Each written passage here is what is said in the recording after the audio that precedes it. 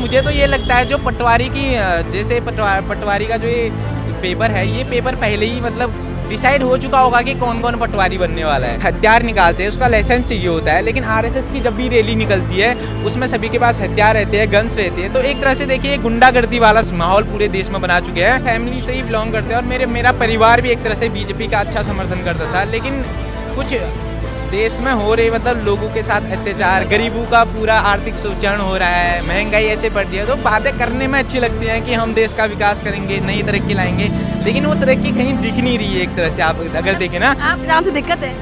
दिक्कत नहीं है। जय श्री राम, राम प्रभु हमारे प्रभु हैं, इनसे कोई दिक्कत नहीं है। बस पहले मैं एबीवीपी वाला था, अभी एबीवीपी ने इस बार इलेक्शन में जो किया है उसकी वजह से मैं एबीवीपी छोड़ी है मैंने। नाराजगी क्या रही? जिसको टिकट देना चाहिए था उसको टिकट दिया नहीं, 5 साल से जो काम कर रहा था, और फिर उसके बाद किसी और को टिकट बेच दिया गया, या जो भी हुआ अब वो हमें भी नहीं पता है, तो हमने खुद इस्तीफा दिया है। यूकेडी पे किसी का ध्यान नहीं जाता, यूकेडी तो आंदोलित पार्टी है, नहीं बढ़ाना। यूकेडी एक तरह से आंदोलन पार्टी है, लेकिन वो भी कुछ कर नहीं पा रही है। अगर हम यूकेडी को समर्थन करें तो हमें नहीं लगता कि सरकार बदलेगी, वो वोट खाली जाया हो जाएगा। सरकार को अगर हमें किसी चीज़ को ताकतवर बनाना है तो उसके विपक्ष को ताकतवर बनाना पड़ेगा। जब तक सरकार नहीं बदलती, युवाओं को ये नहीं सोचना चाहिए कि अगर कुछ होगा, कुछ हो पाएगा। एबीवीपी का मैं था, पहले था, पर हाँ पहले मैं एनएसयूआई का मैं कोई संगठन में था, पहले मैं एबीवीपी वाला था। अभी एबीवीपी ने इस बार इलेक्शन में जो किया है उसकी वजह से मैं एबीवीपी छोड़ी है मैंने। 4 इलेक्शन में हुआ है जो हुआ है उसकी वजह से। नाराजगी क्या रही? जिसको टिकट देना चाहिए था उसको टिकट दिया नहीं, 5 साल से जो काम कर रहा था, और फिर उसके बाद किसी और को टिकट बेच दिया गया, या जो भी हुआ अब वो हमें भी नहीं पता है, तो हमने खुद इस्तीफा दिया है। बस मतलब आप एबीवीपी के जमीनी कार्यकर्ता आप हैं? हाँ, और आप मतलब मैंने गया हुआ मुझे बस 1 महीना हुआ था। अच्छा। नई कार्यकारिणी में बना था, उपाध्यक्ष बना था कॉलेज इकाई का, फिर उसके बाद मैंने वो छोड़ दिया क्योंकि मुझे अच्छा नहीं लगा एबीवीपी में। तो अभी मैं किसी संगठन से नहीं जुड़ा हूँ, मैं अभी अपना खुद का यहाँ कॉलेज पे काम कर रहा हूँ। एक तरह से होता है ना कि मैं भी पिछले कुछ सालों से बीजेपी में था। मतलब मुझे बहुत अच्छा लगता था, मतलब संगठन से नहीं जुड़ा था, बीजेपी के प्रति एक आस थी, समर्थन था, और मेरी फैमिली से एमएलए भी हैं। तो मुझे बहुत पसंद थे, मतलब यहीं गंगोली हाट के विधायक हैं फकीराम टमडा जी। तो मेरी फैमिली से ही बिलोंग करते हैं और मेरा परिवार भी एक तरह से बीजेपी का अच्छा समर्थन करता था, लेकिन कुछ देश में हो रहे मतलब लोगों के साथ अत्याचार, गरीबों का पूरा आर्थिक शोषण हो रहा है, महंगाई ऐसे बढ़ रही है, तो बातें करने में अच्छी लगती हैं कि हम देश का विकास करेंगे, नई तरक्की लाएंगे, लेकिन वो तरक्की कहीं दिख नहीं रही है। एक तरह से आप अगर देखें ना, आप खुद बीजेपी के समर्थक थे और जो प्रताड़ना आपने देखी, अब आप जो है समर्थन पूरी तरह से छोड़ दिया। एक तरह से मतलब जैसे आरएसएस बीच में मोहन भागवत जी बीच में बोल रहे हैं कि जातिवाद बनाया। अब देखिए अचानक से ये बयान लेके आ रहे हैं क्योंकि उनको पता है अब युवा जाग चुका है। जब युवा जाग चुका उनको पता है, तो अचानक से बयान भड़काऊ बयान चल रहा था परसों तक उनका कि आप ये बात समझिए आरएसएस कैसे देश में गुंडागर्दी फैला रही है। अगर हम कहीं भी एक हथियार निकालते हैं उसका लाइसेंस चाहिए होता है, लेकिन आरएसएस की जब भी रैली निकलती है उसमें सभी के पास हथियार रहते हैं, गन्स रहते हैं। तो एक तरह से देखिए गुंडागर्दी वाला माहौल पूरे देश में बना चुके हैं। आपको एक बात समझाता हूँ, जैसे अग्निवीर योजना आई, देखिए युवा केवल 4 साल तक आर्मी में जाएगा, युवा में जोश है, युवा केवल 12वीं पास होके आर्मी में जा रहा है, तो उसके अंदर कितना जोश होगा। उसको गन्स की ट्रेनिंग दी जा रही है, उसको हथियारों की ट्रेनिंग दी जा रही है। जब उसको इतनी ट्रेनिंग मिलने के बाद वो वापस समाज के बीच में आएगा तो किस प्रकार का समाज बन जाएगा।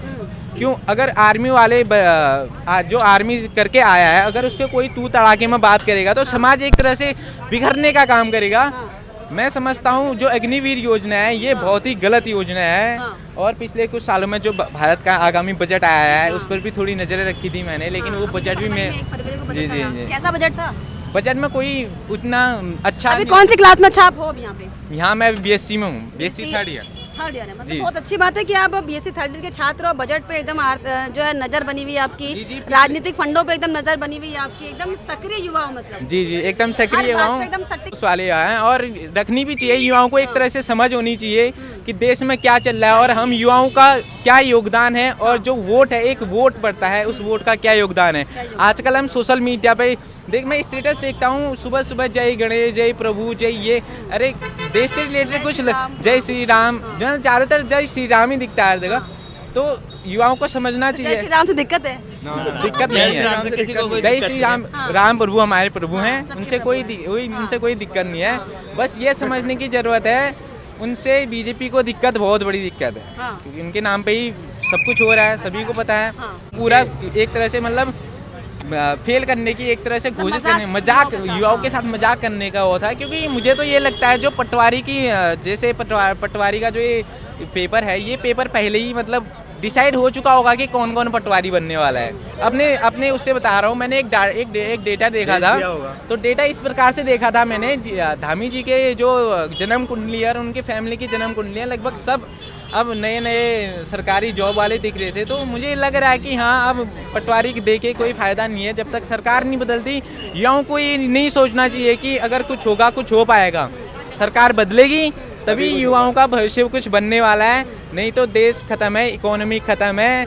मोदी रानी भाई भाई कांग्रेस को लाने की लग रहा है पूरी तैयारी कर ली है। हाँ, जी, जी। एकदम जमीनी रूट पर और तैयारी। हमारे पास कांग्रेस को लाने के सिवाय कोई ऑप्शन भी नहीं है। नहीं, अगर कांग्रेस आम सत्ता आदमी में पार्टी आई- भी ऑप्शन थी इस समय आई नहीं, आम आदमी पार्टी को अगर हम वोट दे तो हमारा वोट पूरी तरह से यूकेडी पे किसी का ध्यान नहीं जाता। यूकेडी तो आंदोलित पार्टी है, नहीं, उसे नहीं बढ़ाना चाहिए। यूकेडी एक तरह से आंदोलन पार्टी है, लेकिन वो भी कुछ कर नहीं पा रही। कुछ कर नहीं पा रही है। अगर हम यूकेडी को समर्थन करें तो हमें नहीं लगता कि सरकार बदलेगी, वो वोट खाली जाया हो जाएगा।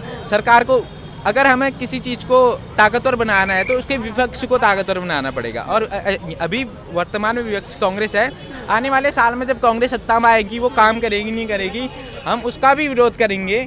और हम जागरूक युवा हैं, और मैं फिलहाल फेसबुक और व्हाट्सएप के माध्यम से भी लोगों को जागरूक करने की बहुत कोशिश ज्यादा करता हूँ। जागरूक जो है, आपका नाम क्या है? मेरा नाम संदीप रमटा। संदीप टमटा जी बहुत ज़्यादा जागरूक हैं यहाँ पर, और जागरूक युवाओं को खोजने की कोशिश करते हैं कि कौन बात कर सकता है।